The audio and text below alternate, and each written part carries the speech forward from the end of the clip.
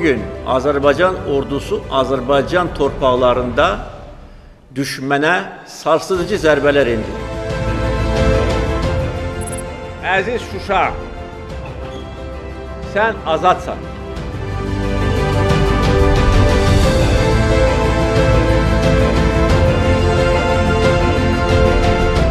Birinci dəfə Azərbaycan xalqı mənə böyük etimad göstərəndə prezident kimi əziz xalqıma söz vermişdim. Əlimdən gələni edəcəyəm ki, biz ərazi bütövlüyümüzü bərpa edək.